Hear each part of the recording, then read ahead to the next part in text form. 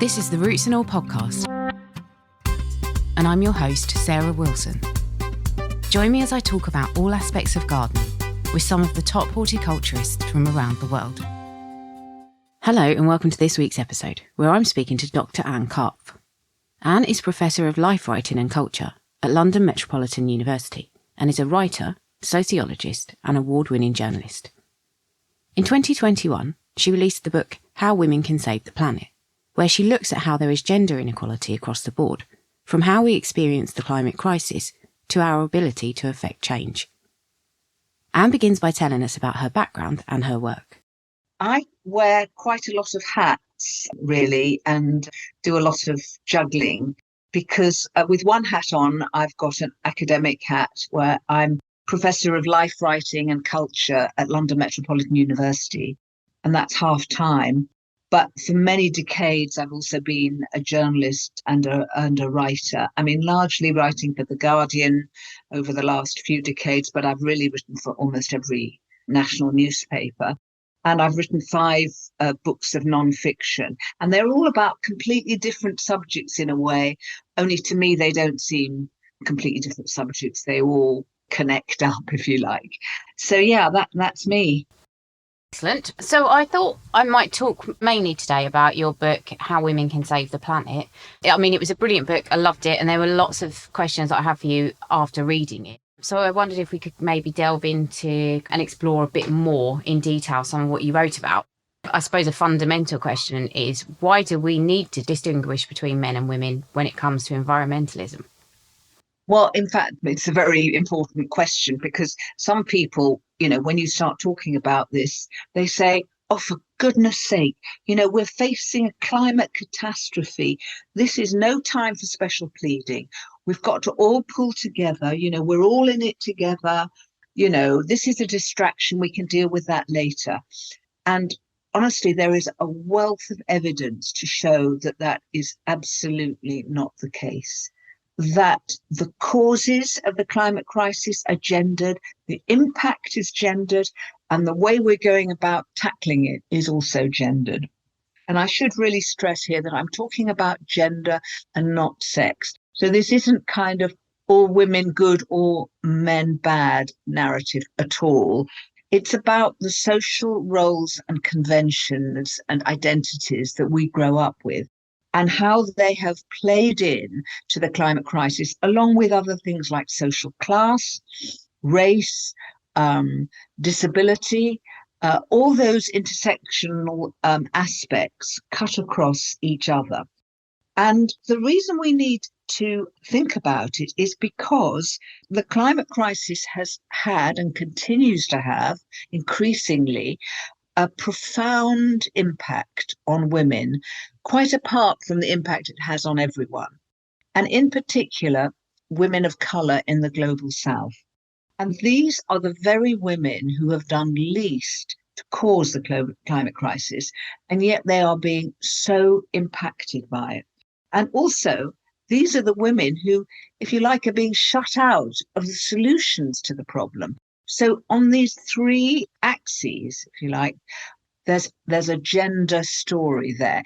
And it's a story that is not widely known, even though there have been sort of probably 20 years of really robust, rigorous research on the subject. I mean, when I started to read it, I was astonished that this wasn't better known. And in a sense, what I tried to do in my book is to bring all that research together, to sort of assemble it, but in a way that I hope is readable. And then in between all of that, I've done interviews with 20 climate activists around the world, but I've used 8 of them here quite extensively, which I've edited with the people I interviewed in between each chapter to really bring it to life and make people understand how it's impacting on individual women and what they're doing about it. So again, looking at it from a gender point of view, I guess some people would say, well, some men care about the environment and some don't. And the same is true for some women. Some do, some don't. Exactly right. And so what I absolutely reject is that argument that somehow women have kind of some sort of innate caring gene. like they have a mothering gene or whatever, all of which I absolutely reject. And of course, individual men, I live with one. I've lived with one for many decades who treads very lightly on the planet and cares for it enormously. So this isn't about individual men and women. This is about gender in more general ways. So, for example, because of women's roles, particularly those in the global south, women are responsible, for example, for gathering water and firewood. When you have a climate crisis, those tasks become a lot more onerous. In other words, you have to travel further to get wood because of drought and because so much wood has been used up and not been replenished. You have to travel further again to get water because of drought. And so these are girls who are doing this. I give the example of Aisha in Ethiopia, who's 13 and travels by camel each day 8 hours to gather water. And of course, she had to drop out of school. So these women, the impact of the climate crisis on their lives are enormous. We know what causes the climate crisis. We've known for a very long time that, for example, cars are a really bad thing, petrol cars.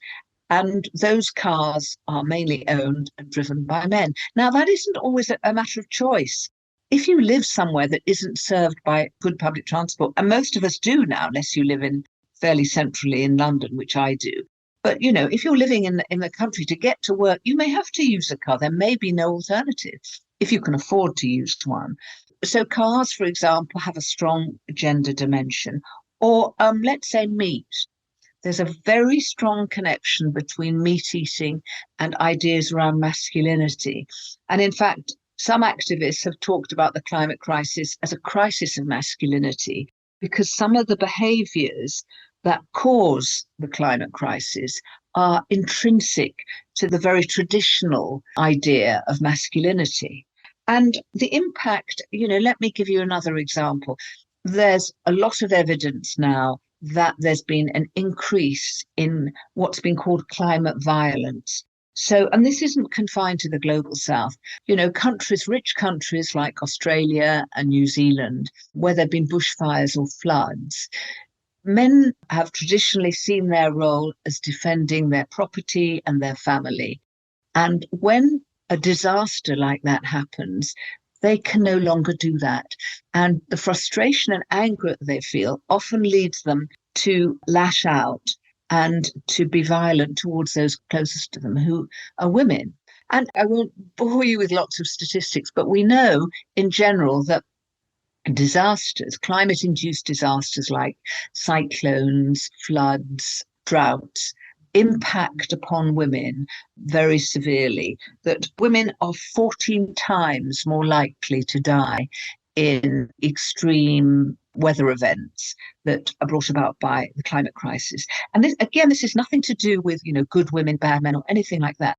It's to do with social roles. The fact that women, particularly in the global south, have not been encouraged to learn how to swim, or they're wearing clothing that would impede them running away, or they look after the children mainly and the elders, and they stay behind to look after them.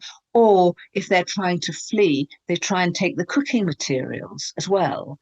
So all these factors, when you put them together, show a very clear gender pattern in the causes of the climate crisis and the impact of it. And again, I will stress that this isn't to say that men haven't, there are many men who have been very prominent in drawing attention and warning about what's been happening with the climate, and have been prominent in trying to change it.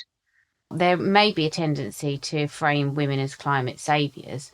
And obviously there's a responsibility that goes with that. But if they are so drastically impacted, is there a problem with women then taking on the responsibility for solving the problems?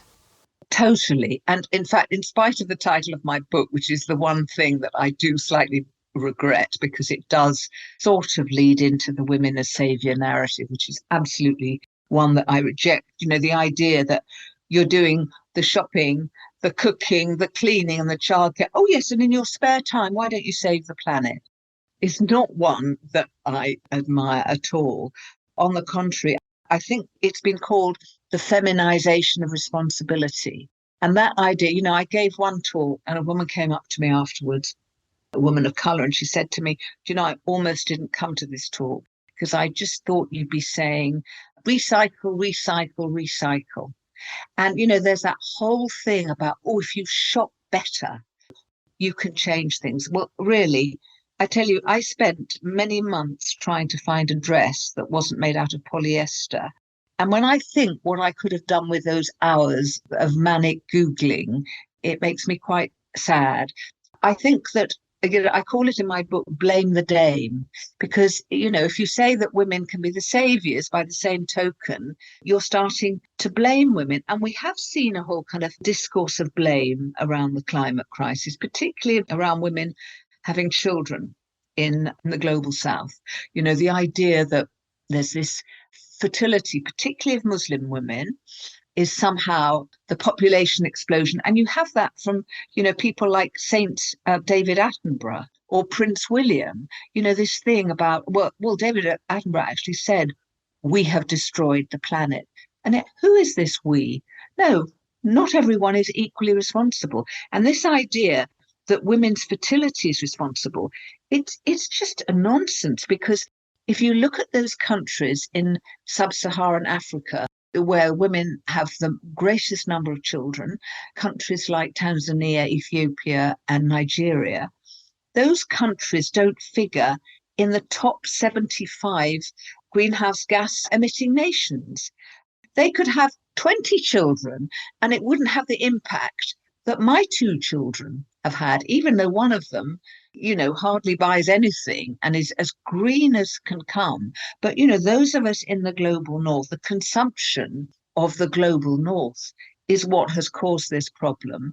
And the solutions aren't going to be to take your cartons and your plastic bags to recycling, however important that is.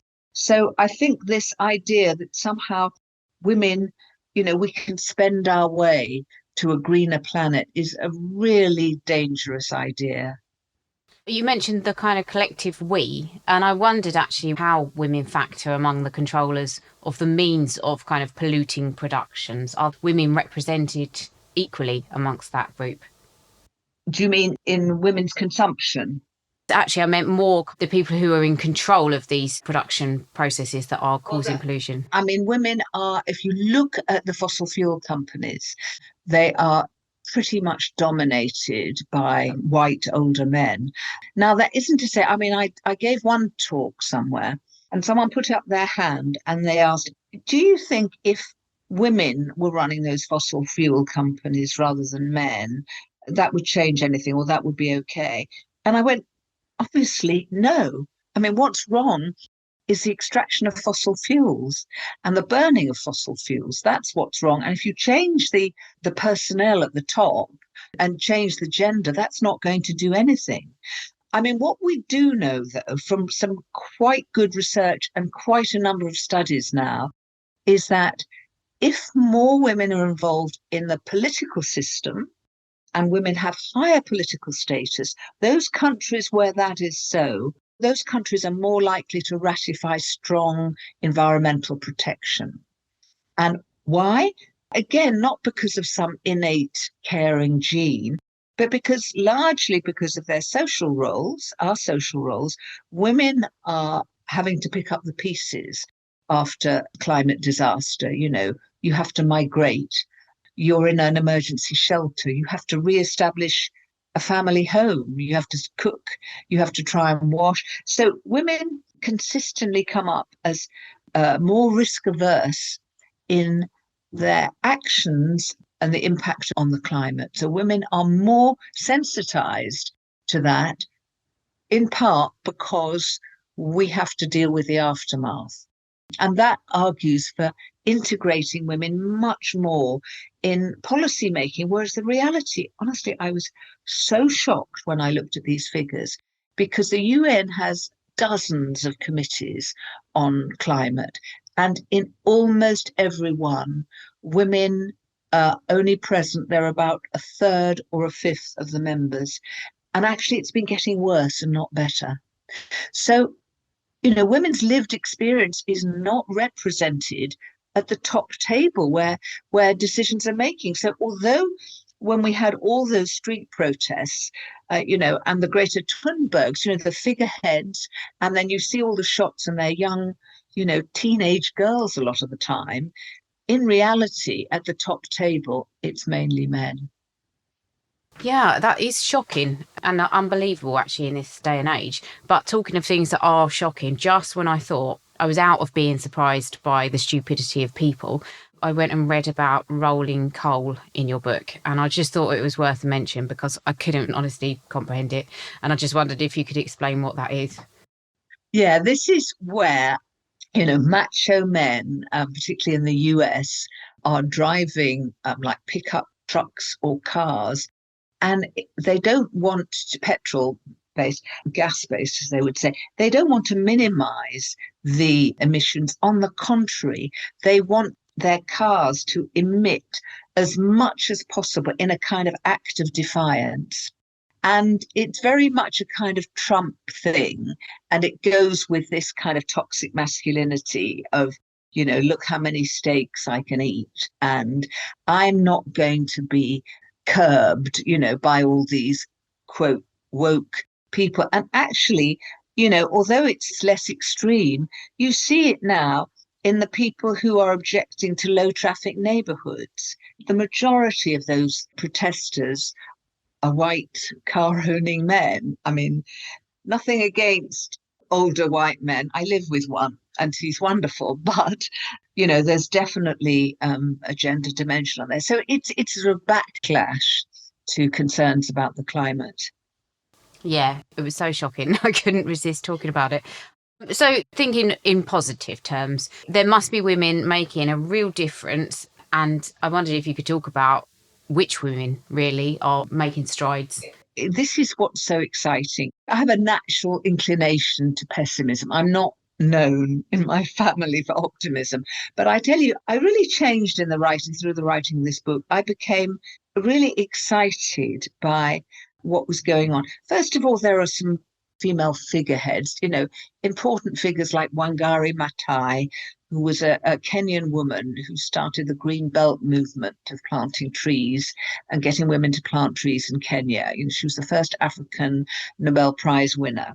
Or women like Vandana Shiva, who's a long-standing Indian activist who, you've heard about, I'm sure, Indian farmers, male farmers committing suicide in really very disturbing numbers.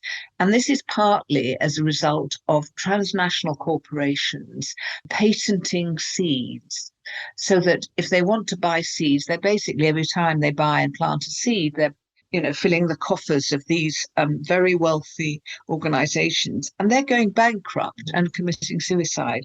And Vandana Shiva set up a network of community seed banks that you can use free to get seeds. And so there are individual women like that. Then there are women like Indigenous women who are fighting against what were very bravely under Bolsonaro, fighting against the illegal mining and felling of forests in the Amazon.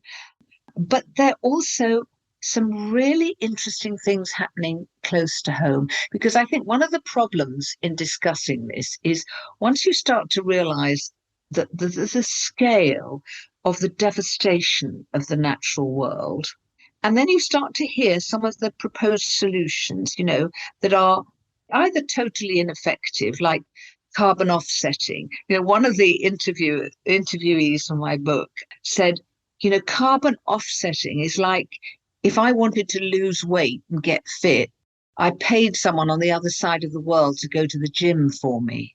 And I thought that was a wonderful analogy. Or you get kind of geoengineering. Again, mostly men, older white men, who are suggesting things like 16 flying robots sent to deflect the rays of the sun, or submarines to refreeze the poles. So you get these kind of really dangerous ideas to hacking the climate, which could have really damaging side effects. What I think of them as a kind of gigantism, and they're a response to the idea that this is such a huge problem that either we have to go at that level, or we just have to concentrate on recycling, and I mustn't buy polyester, or we end up in despair. And I think a couple of things that really excite me. One of them is an initiative through a group called the Centre for Local Economic Strategies. And what they've said is, look, in every area, they're community wealth building organisations. There's the school, there's the hospital, there's the university, there's the gym. And all these places are having to buy things. They have canteens. And what they're doing at the moment is most of them are buying in, particularly hospitals, buying in rubbish food, which, anyone who's been in hospital and eaten hospital food knows it makes you sicker and not healthier. And often this food has come from far away. So there are a lot of transport, miles. And also it is produced, or the company in charge of it is a multinational company who's probably got its headquarters in the Cayman Islands, so they're not even paying any tax. And what they found with various local initiatives is that these organizations like hospitals have started to switch where they get their food from. So this is a procurement issue. And they've started buying food from local organic producers. It doesn't have to travel far. It hasn't got the nasty things in it.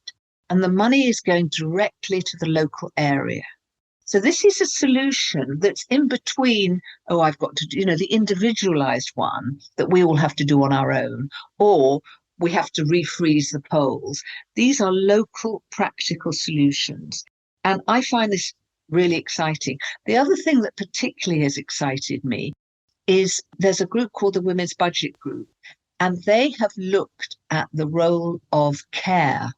And I think what happened through COVID is everybody immediately realized that those important jobs in a community are the care jobs, whether informal care or paid for care. And of course, they're the worst paid jobs, they're the least valued jobs. And they said, what would happen if we put care at the heart of our economy? Because they found that care jobs are green jobs. They are much less polluting. And if you put £1 into, let's say, construction, retrofitting buildings to insulate them, all very important, but those jobs are often gendered. But if you put that same pound or an additional pound into care, those jobs are almost 3 times less polluting, and that pound produces far more jobs. So they have invited us to imagine an economy which is based around people's care needs. And once you start down that path, everything changes. And of course, some people say, well, this is very unrealistic. Let's be real. And you say, well, sending flying robots to the sun is unrealistic. Thinking about people's care needs is the height of realism, because most of us will need care at some stage in our life.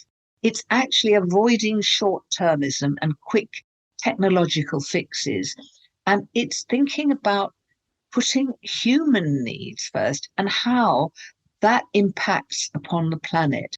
And I know I'm talking on a podcast for people who've already done half this work in their imagination and already are in touch with those things. So, I'm not going to, I could spend 2 hours giving you really exciting examples of initiatives that are happening, led by women, but not only by women, often by women and men, that are really trying to think about things in a very different way, and how that if you try and tackle gender inequality, often you can end up doing things to save the planet at the same time. There is a link between the two. Amazing. God, I've got goosebumps, Anne. I hope those things are happening at pace because they sound fantastic. And as you say, they are exactly the sort of thing that I kind of think about on a daily basis. It resonates so much, especially with me because I grow food and I see that there's so many issues around that. So yeah, I'm going to put all of those links in the show notes and I hope people will go away and look into it and research it, because they sound just the sort of thing we need. And as I say, it can't come quickly enough. And when are you going to be Prime Minister? Oh, God forbid.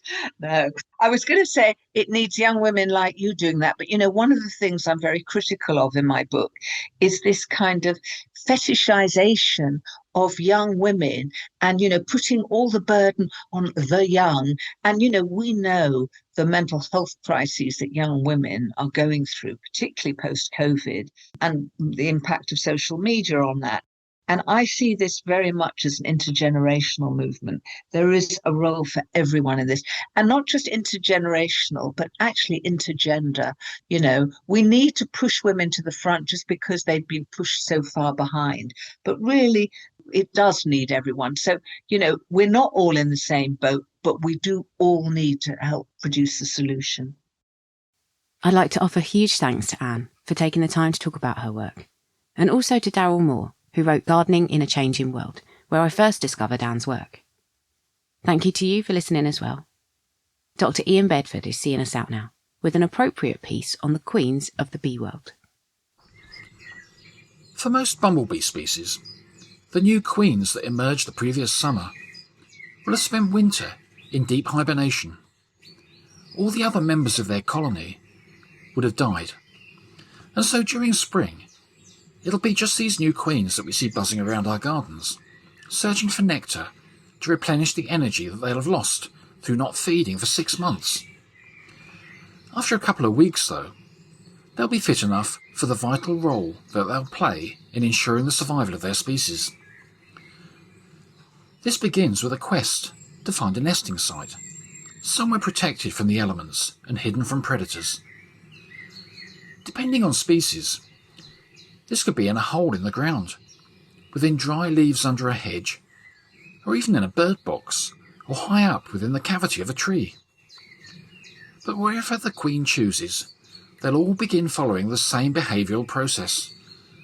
A process that's been undertaken by many millions of generations before them.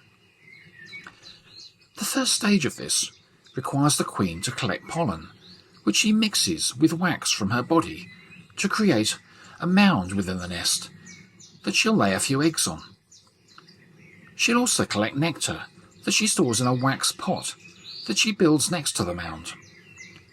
Then, just like a bird, the queen will sit on her eggs, keeping them warm by vibrating her muscles to create heat, whilst feeding from the nectar pot to maintain her energy. After several days, the eggs hatch into little white grubs that begin eating the pollen mound. Then, as they grow bigger, the queen will maintain them on pollen she forages for from nearby flowers. The grubs then mature in a couple of weeks and create cocoons, within which they develop into the first batch of adult worker bumblebees, which are all infertile females. Their job is to now relieve the queen of her foraging work, enabling her to remain within the nest for the rest of her life, laying eggs whilst being fed and protected by the workers. As the season progresses, the colonies grow to their maximum size, yet rarely containing more than 400 to 500 adult workers. The queens, however, will soon be coming to the end of their lives, so to ensure the generations continue, they stimulate some of their eggs into becoming new queens, whilst others that had remained unfertilised develop into males. When these eventually hatch into adults, they disperse from the nest, leaving the maternal queen to die and the colony to end. Flying away to find mates, the males will also soon die, whilst the new queens will feed on late-season nectar, storing energy reserves that will help them survive through the winter hibernation and allow us the pleasure of watching them buzzing around our gardens again the following spring. You can download or listen to the podcast direct from the website rootsandall.co.uk. Please also check out my Patreon, where you can make a one-off donation or take out a monthly subscription to help support the podcast. Because if you enjoy the show, please help it continue. I also have a GoFundMe where you can make a one-off donation. Even a one-off donation of £1 helps, and I'll be really grateful for your support. So please go to Patreon or GoFundMe and search for Roots and All Podcast.